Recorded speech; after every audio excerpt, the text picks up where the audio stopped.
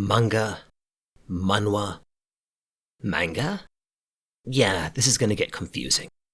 For those who may be newer to the medium, Manhwa is essentially manga, or more accurately, comics from South Korea as opposed to Japan. I tend to use both interchangeably, as both have the same etymological origins, and yes, I'm sure I just triggered the hell out of some purists. While they do have their similarities, there is a lot of nuance and difference between the two art forms, both visually and in terms of publication, but that's a discussion for another day. I came across Psychopath Hero in my quest for more good, gruesome, scary, weird, and disturbing manga to sink my pointy little teeth into, and wow, is this going to be something to keep an eye on? It's extremely new, so there isn't that much of it at this point in time, but for what there is, you're in for a ride.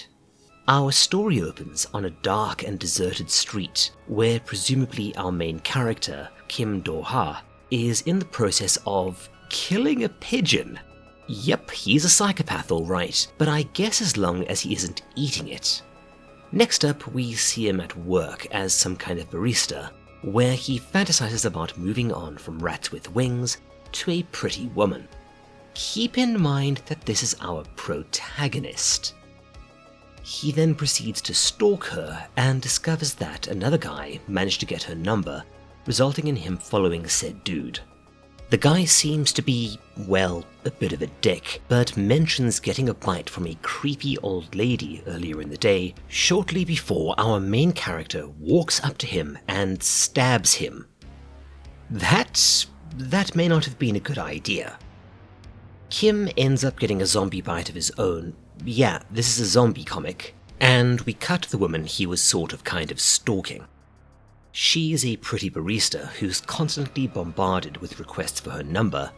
She mentions the other dude from earlier. Apparently she gave him her mom's number. What? Okay, hold up a second. Now, I'm no expert on Korean culture, but this strikes me as a spectacularly bad idea. Hey, you're weird and creepy and I don't want to give you my number, so let me give you the number of one of my family members. Why? Is this just the done thing in Korea? I don't know. Anyway, sure enough, a creepy guy, no, not our main character, and no, not the other creepy guy from earlier, a third creepy guy, I guess, barges into the coffee shop looking for shelter. Turns out we're in a zombie apocalypse now, as one of the Zeds busts through a window nearby. I must say, I really dig the look of the zombie here, eyeless and covered in weird veins. Sweet as.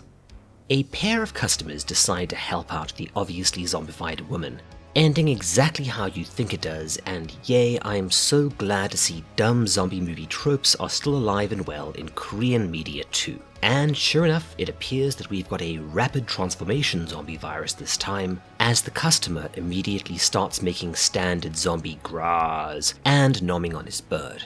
Before you can say Train to Busan, more zombies start piling in and girl barista nopes out, with them in hot pursuit. And then, things go bananas, as our main character pops up with a serious case of badass eye.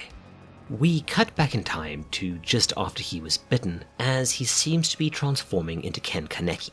He gets up, charges into creepy guy number 1, punches him clear in half, holy crap. Kim is surprisingly unsurprised at his new powers, instead pretty much going, bollocks to it, now I get to cut loose on a bunch of Z's, which he does, going through them like a hammer made of chainsaws, leading him back to the coffee shop and bringing the timelines back into alignment. Kim starts putting together the basic rules of zombiedom, while the barista girl is about to get chomped, but naturally he saves her in the nick of time and dispatches the Z with a broom. That's actually pretty funny. Kim states that he'll protect her, and nope, I've got no idea why either. Eventually, he gets done mopping up. Yeah, I couldn't resist. And the creepy guy from earlier pops back in to be greeted by... Okay, that's just a really funny panel. Hello, third wheel, you're either going to die or turn evil. I'll bet a steak dinner on it.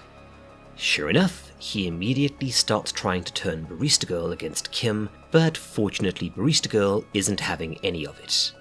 Anyway, Barista Girl continues her transformation into love interest girl, agreeing to accept Kim's protection as long as he helps her save other people. Don't worry, as long as they aren't pigeons, I'm sure they'll be fine. And that is unfortunately where the series ends right now. Damn it! Definitely a lot of fun, and one to keep an eye on for sure. Always good to find something a bit different in the horror genre. Although this one seems to be heading in more of a solo leveling meets I Am a Hero meets One Punch Man direction, a One Punch zombie if you will, and that's not a bad thing at all. I'm not totally blown away by the art, but the story is intriguing and the idea of a blossoming serial killer as a protagonist is kind of interesting. Hopefully as the series continues, we get a bit of nuance to the characters. I really want to know why certain people are doing certain balmy things. Hell, we're a ways in and we still don't know anyone's names, besides the main character I guess, let alone much about them, and I'm also hoping that the art evens out a bit. But yeah, Psychopath Hero is quite the ride thus far. It's briskly paced, nicely gory, completely insane, and has a fascinating concept. So that's me for the day. Cheers, take care, and I'll see you next time. If you have anything you'd like me to review, let me know in the comments. This is the Owl, signing off.